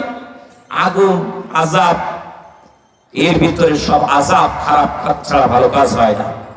বলছে জাহান্নামের ছিদ্র বন্ধ করবে তুই আল্লাহ শুকরিয়া আদায় করলি? বলছে আল্লাহ শুকরিয়া আদায় করেছি। কেন আপনি জানেন? বলছে না। বুঝাই বল। পয়গম্বর বলছে। আর এই হাত নাই পা নয়, এই ব্যক্তি বলছে এই পৃথিবীতে আল্লাহ পাক আসমান জমিনের ভিতরে যা কিছু সৃষ্টি করেছে সব মানুষের কল্যাণের জন্য, মানুষের উপকারের জন্য সৃষ্টি করেছে। সুবহানাল্লাহ। সূর্য কার জন্য সৃষ্টি করেছে? সূর্য যদি না ওঠে ফসল হবে না, ধান হবে না, আলু হবে না, মাছ হবে না, কোনো কিছু হবে না। কি ঠিক কিনা? চাঁদের আলো, স্নিগ্ধ আলো পড়ে, শুষ্ক যখন এই আপনার ইয়েগুলো, কুয়াশাগুলো পড়ে, সবজিগুলো সুন্দর হয়ে যায়, সতেজ হয়ে যায়। সুবহানাল্লাহ। বৃষ্টি হলে মাছ হয়। আল্লাহ রাব্বুল আলামিন পৃথিবীতে যা দান করেছে, বাসগুলো দান করেছে, এই সুন্দর প্যান্ডেল হবে, পানির স্রোত দান করেছে, বিদ্যুৎ উৎপাদন হবে। এমনি করে আল্লাহ রাব্বুল আলামিন বালু দান করেছে, বিল্ডিং হবে। এমনি করে আল্লাহ প্রত্যেকটা জিনিস মানুষের কল্যাণের জন্য, উপকারের জন্য, প্রয়োজনের জন্য আল্লাহ সৃষ্টি করেছেন। আর আল্লাহ রাব্বুল আলামিন শুধু আমার মতো হাত পা বিহীন এই মানুষটাকে আল্লাহর প্রয়োজনের জন্য সৃষ্টি করেছে, পৃথিবীর কোন মানুষের প্রয়োজনের জন্য নয়। তাই আমার আল্লাহ আমাকে তার প্রয়োজনের জন্য সৃষ্টি করার কারণে আমি আল্লাহ রাব্বুল আলামিনের প্রশংসা করেছি, আলহামদুলিল্লাহ। আনতু আব্দুল আমানাতি ইলা আহলিহা। আল্লাহ রাব্বুল আলামিন আপনার আমার আমানত ভালো জায়গায় দেওয়ার জন্য আপনাকে আমাকে সৃষ্টি করেছে। ঠিক না? কোন চোর, বাটপার, কোন লম্পটকারী, কোন ধর্ষণকারী, কোন খুনি, কোন রাহাজারিকারী, চাঁদাবাজ, ধান্দাবাজকে এই আমানত দিয়ে তাদেরকে শক্তি, সাহস বাড়ানোর জন্য আল্লাহ আপনাকে আমাকে সৃষ্টি করে না। ঠিক না? কথা ক্লিয়ার? আমার মুসলমান ভাই, শুকরিয়া যখন আদায় করেছে, তখন আল্লাহর পয়গম্বর মুসা আলাইহিস সালাম আসমানের দিকে তাকিয়ে কতক্ষণ এভাবে তাকিয়ে আছে। আল্লাহ, এই হাত নেই পা নেই, এর কাছ থেকেও আমারে শিখতে হবে। এই যে শিক্ষা আমারে দিয়েছে, এই শিক্ষা তো আমার জীবনের শ্রেষ্ঠ শিক্ষা। আল্লাহ, এ কি শিক্ষা দিল আমারে? তাকিয়ে আল্লাহর কাছে প্রশ্ন করতেছে। ঠিক সেই মুহূর্তে কথা শেষ করে আল্লাহর দিকে তাকিয়ে যখন পাশে তাকিয়েছে, তাকানোর সাথে সাথে দেখে আল্লাহ রাব্বুল আলামিন হাত নাই পা নাই, এই যুবকের হাত পা সম্পূর্ণ পূর্ণাঙ্গ মানুষ হিসেবে দান করে দিয়ে মুসা আলাইহিস সালামের পাশে ওই আল্লাহর বান্দা দাঁড়িয়ে আছে। সুবহানাল্লাহ। পারে কিনা? পারে কিনা? কথায় কথা বাড়তেছে, শেষ করবো কখন 12:30 তো বাজতেই গেল। আমার মুসলমান ভাইরা, অর্থাৎ পৃথিবীর জমিনে যদি, আমি যে কাফেলার সাথে উমরায় গিয়েছিলাম, উনি বলছিলেন উমরায় যে খানায় কাবার পাশে বলছে একজন যুবক চোখের পানি ছেড়ে দিয়ে কাঁদছে 1 ঘন্টার উপরে। মানুষ তোয়াব করা বাদ দিয়ে ওখানে দাঁড়িয়ে গেছে। কাঁদতে কেন? এত বিকট আওয়াজে চিৎকার দিয়ে কাঁদতেছে কাবা ধরে। প্রশাসন দাঁড়িয়ে গেছে। 1 ঘন্টা পরে যখন কান্না একটু কমেছে, জিজ্ঞেস করছে কান্দো কেন? বলছে আমার বাড়ি অনেক দূরে, সেই জায়গার মানুষ আমি, যে দেশের মানুষ হজ না করলে তাদের কাছে মেয়ে বিবাহ দেয় না, সেই দেশের মানুষ আমি জন্মন্ধ, মায়ের পেট থেকে এই পৃথিবীতে জন্মন্ধ অবস্থায় জন্মিয়েছি। আমার জীবনে খুব ইচ্ছা আল্লাহর ঘর খানায় কাবা তোয়াফ করার। পরিবারকে বললাম সবাই যায়, কিন্তু আমার একটু নিয়ে যাও উমরা করার জন্য। উমরা করার জন্য আমাকে নিয়ে আসছে।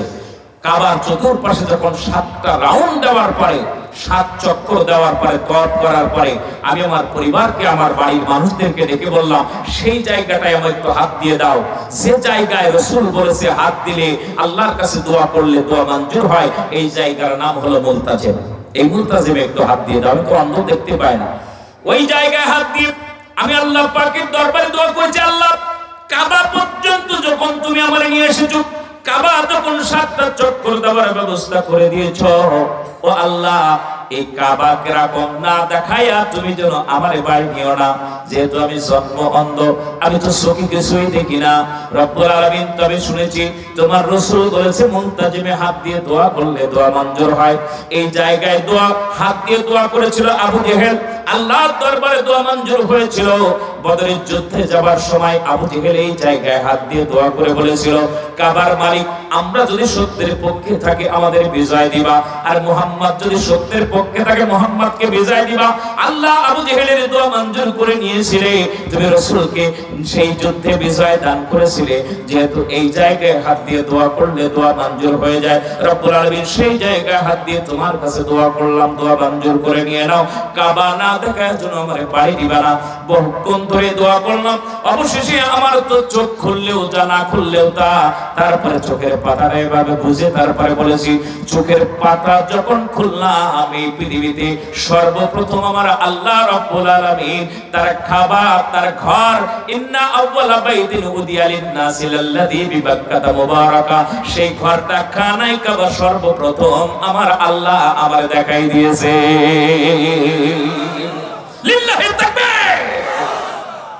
আমার মুসলমান ভাই, আল্লাহ পারে না এরকম কিছু নাই। যুবকের দিকে তাকিয়ে মুসা আলাইহিস সালাম আরো হতবাক। একটু আগে দেখলাম হাত নাই পা নাই, এখন দেখতে সব আছে। শুকরিয়া যদি আল্লাহর আদায় করেন, ইনশাআল্লাহ আগামী পার্লামেন্ট কোরআনের পার্লামেন্ট হবে, এতে কোনো সন্দেহ নাই, ঠিক না? অতএব সুখে দুঃখে সর্বাবস্থায় নির্বাচন না হওয়া পর্যন্ত ঘর বাড়ি ছেড়ে দিয়ে আল্লাহর শুকরিয়া আদায় করে মানুষের প্রয়োজনে, আল্লাহর প্রয়োজনে আপনাকে আমাকে মাঠে থাকতে হবে। রাজি আছেন? কারা কারা দুহাত করে দেখা। লিল্লাহি তাকবীর। আল্লাহ কবুল করুন, বলুন আমিন। আর কবুল করুন আমিন। আল্লাহ এই মাহফিলকে সার্থক করে দিক, এই মাদ্রাসাকে সার্থক করে দিক। আমার সভাপতি মহোদয়কে আল্লাহ কবুল করুক, ওনার ছেলেকে আল্লাহ সুস্থতার মতো নিয়ামত দান করুক। এই মাদ্রাসার সাথে যারা যেভাবে জড়িত আছে আল্লাহ সকলকে তুমি কবুল মঞ্জুর করে না, বলুন আমিন। বিশেষ করে জি সভাপতি সাহেব অসুস্থ, একটু সভাপতি সাহেবের কাছ থেকে আমরা শুনি দোয়ার দিকে যেতে চাচ্ছি। একটা তো আমি বলি, এই গোবিন্দগঞ্জ উপজেলায় যে মেয়র নাই, এমপি নেই, যে উপজেলা নেই, না সব জায়গায় না। আমি শুনেছি, আস্তে আস্তে শুনেছি একটা প্রতিষ্ঠান যে তা তো না, এটা আপনার তো আমি আসি, এটা সার্বিক্ষণিক সহযোগিতা করে শুরু থেকে আসি এবং যেই আসতেছি। এটা উন্নয়ন করতে গিয়ে যেটা করা লাগে সেটা আমরা চেষ্টা করতেছি ইনশাআল্লাহ, যে এই মাদ্রাসা অসমাপ্ত কাজগুলো আমরা পরিশেষ করার চেষ্টা করবো ইনশাআল্লাহ। আলহামদুলিল্লাহ, মাননীয় সভাপতি মহোদয় বলেছেন এই মাদ্রাসার যত অসমাপ্ত কাজ আছে ইনশাআল্লাহ সেগুলো করা হবে। আলহামদুলিল্লাহ বলা যাবে না? কারণ এটা হলো আনলিমিটেড। 1 লাখ 2 লাখে কিন্তু ওইগুলো হবে না, হবে নাকি? তার থেকে বেশি লাগবে। যেভাবে হোক আল্লাহ ওনার জন্য হায়াতে তাইয়্যিবা সিফাতে কুল্লিয়া দান করে দেয়, বলুন আমিন।